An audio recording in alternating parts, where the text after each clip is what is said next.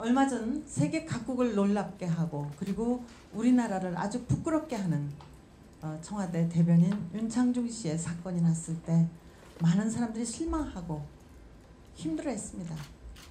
사실 우리나라 법으로 24살까지 청소년이기 때문에 21살짜리 인턴 학생이 아주 정말 인생에서 너무 그 가슴 아픈 일을 겪었기 때문에 또 우리나라의 사람들 국민들에게 많은 충격을 줬고 또 국민들이 그를 많이 비판했습니다. 그러나 윤창중 하나의 문제가 아니었고 이어서 터지는 미국에서 어린 미성년자 성매매, 성매수를 하려고 했던 목사가 또 한국인이 걸렸습니다. 이런 국제적 망신이라는 것이 어제 오늘의 일이 아닙니다. 몇 년 전 아주 저희들로서는 굉장히 큰 행사, 어떤 문제 이슈를 삼으려고 했었고 사실 그렇게 활동을 했었습니다.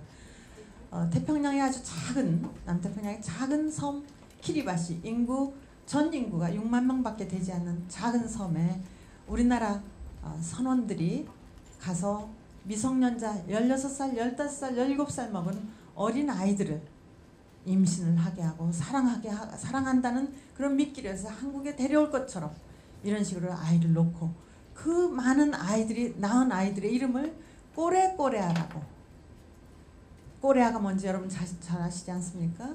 꼬레꼬레아라고 하는 그 명칭, 고유 명칭이 있었습니다.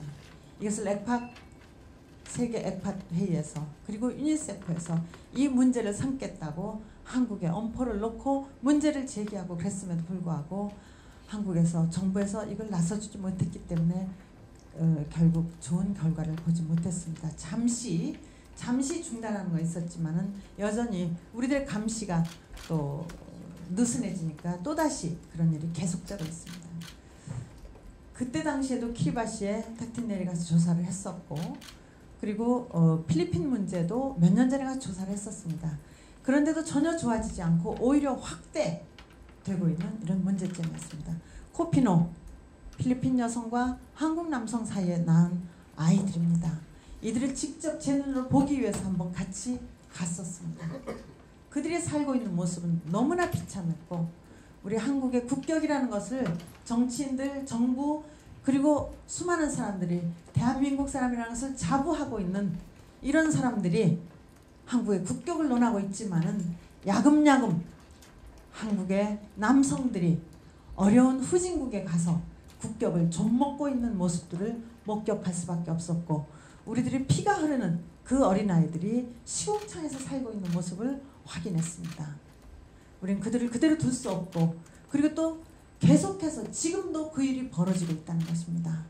우리가 지금 얼마나 많은 여성운동이 활성화되어 있고 한국의 성폭력 문제에 대해서 성매매 문제에 대해서 끊임없이 얘기하고 있지만은 이들은 또다시 한국을 피해서 해외 가난한 나라를 뒤지고 다니면서 관광이라는 미명하에 아이들을 낳고 있는 것입니다.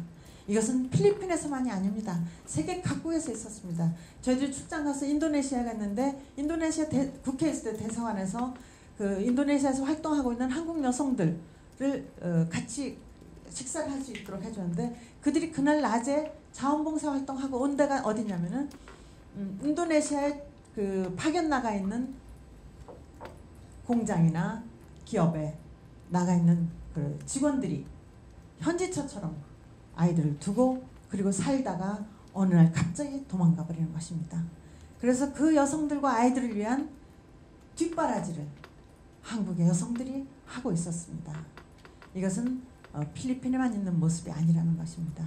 저는 필리핀의 모습을 보고 우리가 해외 관광을 어떻게 할 것인가, 기업이 직원들을 해외 파견할 때 어떻게 할 것인가, 그리고 영어를 많이 쓰고 있는 그런 외국에 또 특히 값이 싸다는 것 때문에 후진국으로 영어 연수를 나가는 이런 어린 아이들이 가서 무엇을 배우고 오고 있는가, 우리 학부모들이 제대로 보고 우리 교육당국이 제대로 알고 이 문제를 나서서 해결해야 된다는 그런 생각으로 오늘 보고대회를